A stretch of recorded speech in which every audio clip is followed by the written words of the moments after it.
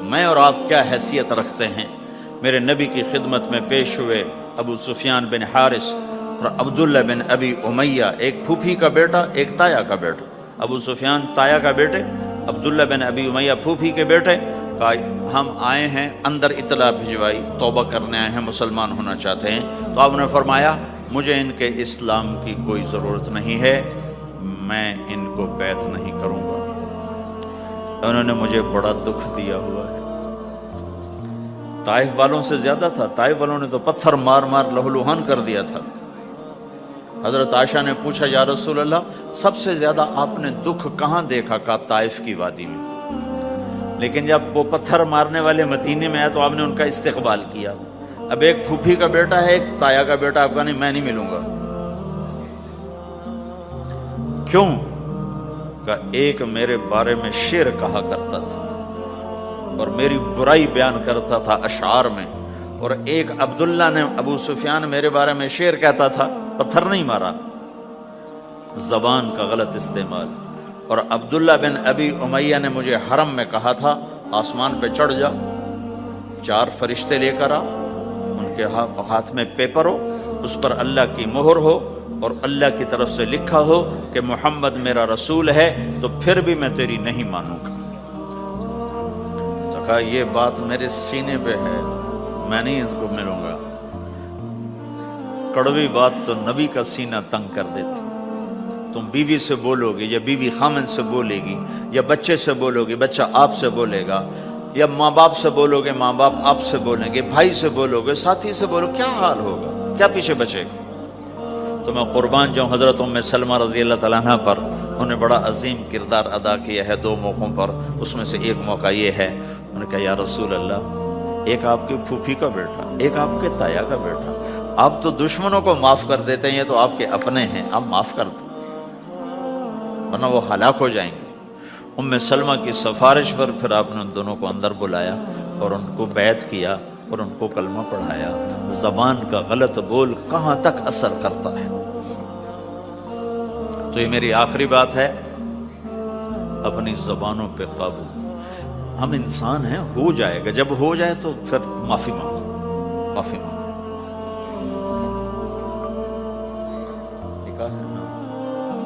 جب ہو جائے معافی مانگو۔ میٹھے بول کے عادی بناؤ کہ کسی کے ساتھ میٹھا بول دینا بھی صدقہ ہے۔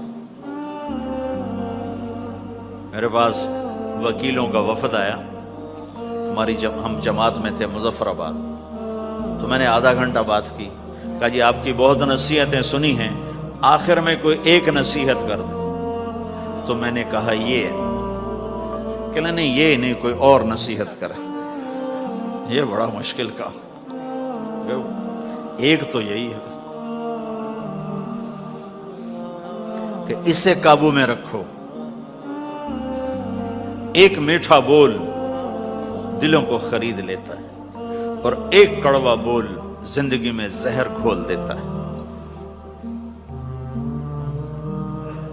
تو بھائیو یہ ایک معاشرت ہے۔ ہمارے ہاں پاکستان میں نا بسوں کے پیچھے بڑے عجیب عجیب لکھے ہوتے ہیں جملے، تو میری زندگی سڑکوں پہ ہی گزری ہے،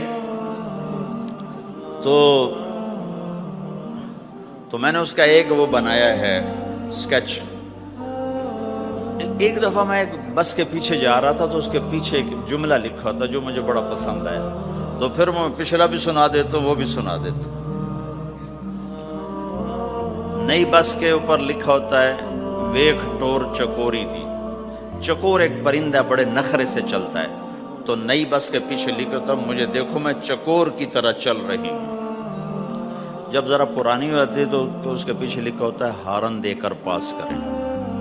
جب زیادہ پرانی ہو تو پھر اس کے پیچھے لکھا ہوتا ہے یا پاس کر یا برداشت کر۔ اور زیادہ پرانی ہو تو اس کے پیچھے لکھا ہوتا ہے نہ چھیڑ ملنگانو۔ ملنگ سمجھتے ہو؟ نہ چھیڑ ملنگانو۔ یہ ایسے جملے لکھے ہوتے ہیں۔ کہیں وہ رنگ روغن ہو کے دوبارہ آ جائے سڑک پر تو لکھو تو وقت نے ایک بار پھر دلہن بنا دیا۔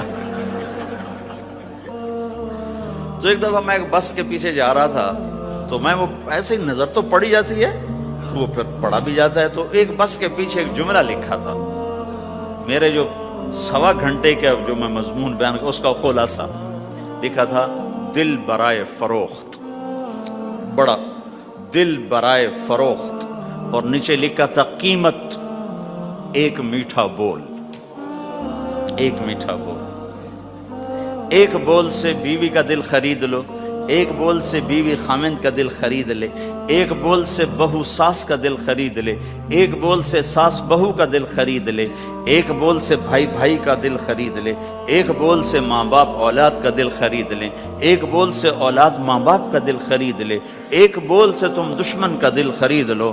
یہ زبان کا میٹھا بول ہے، یہ کرو گے تو اللہ تمہیں چمکائے گا۔ تو بھائیو، یہ بھی دین ہے، اور بہت بڑا دین ہے، اور دکھ درد کی بات یہ ہے نہ یہ بتایا جاتا ہے نہ یہ سکھایا جاتا ہے۔ زیادہ زور عبادات پر ہی ہے۔ حسن جو پیدا ہوتا ہے وہ میک اپ سے پیدا ہوتا ہے۔ ہمارے دین کا جو میک اپ ہے وہ اچھے اخلاق ہے، وہ یہ زندگی ہے جس کو میں نے تھوڑا سا آپ کے سامنے نمونہ پیش کرنے کی کوشش کی ہے، کہ ایک دوسرے کے لیے راحت بنو، ایک دوسرے کے لیے خیر کا ذریعہ بنو، ایک دوسرے کی کڑوی کسیلی برداشت کرنا سیکھو، سہ جاؤ، پی جاؤ۔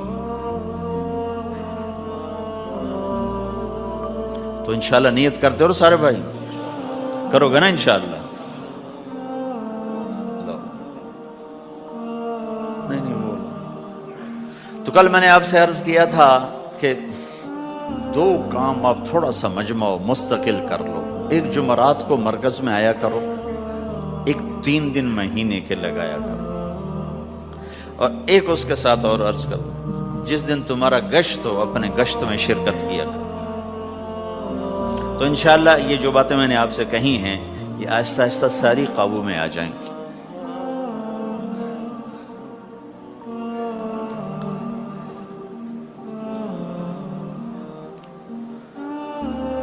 صالحہ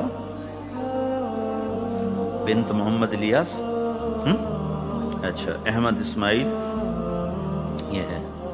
مہر کتنا ہے؟ $1700 نقد۔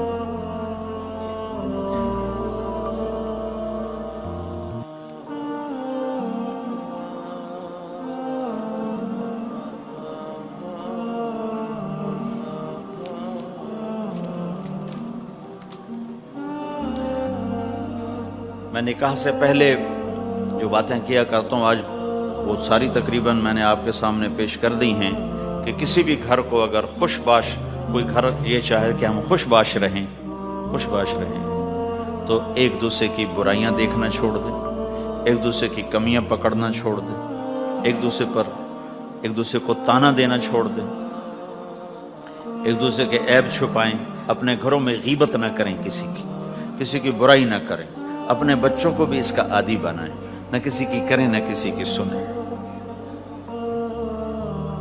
میں نے اپنی زندگی میں بہت کم لوگ دیکھے ہیں جو اس چیز پہ عمل کرتے ہیں۔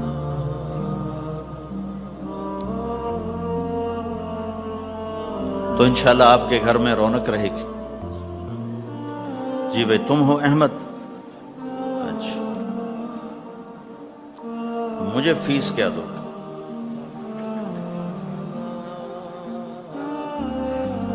کیا کرتے ہو؟ کیا کرتے ہو؟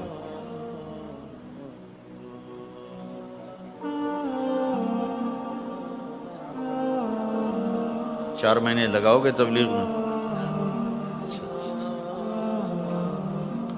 رحم فرما دے یا اللہ، دنیا بھی گئی آخرت بھی جا رہی ہے، اے کریم آقا ہم سے راضی ہو جا، راضی ہو جا، ہو جانا یا اللہ، ہو جانا یا اللہ۔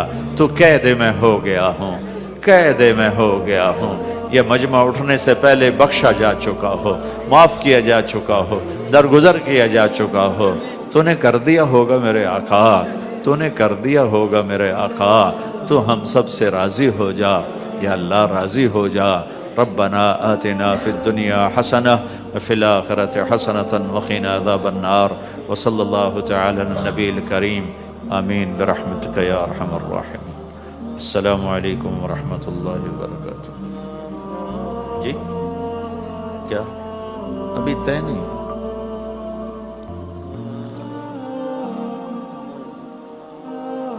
اللہ آپ لوگوں کو جزائے خیر عطا فرمائے۔ آپ جتنے تھے سارے ہی آتے رہے، آپ کی بڑی مہربانی۔ اللہ نے رزق مقدر میں لکھا تو پھر بھی ملاقات ہو جائے گی، ابھی تو 1-2 دن کے بعد انشاءاللہ واپسی ہے۔ السلام علیکم ورحمۃ اللہ۔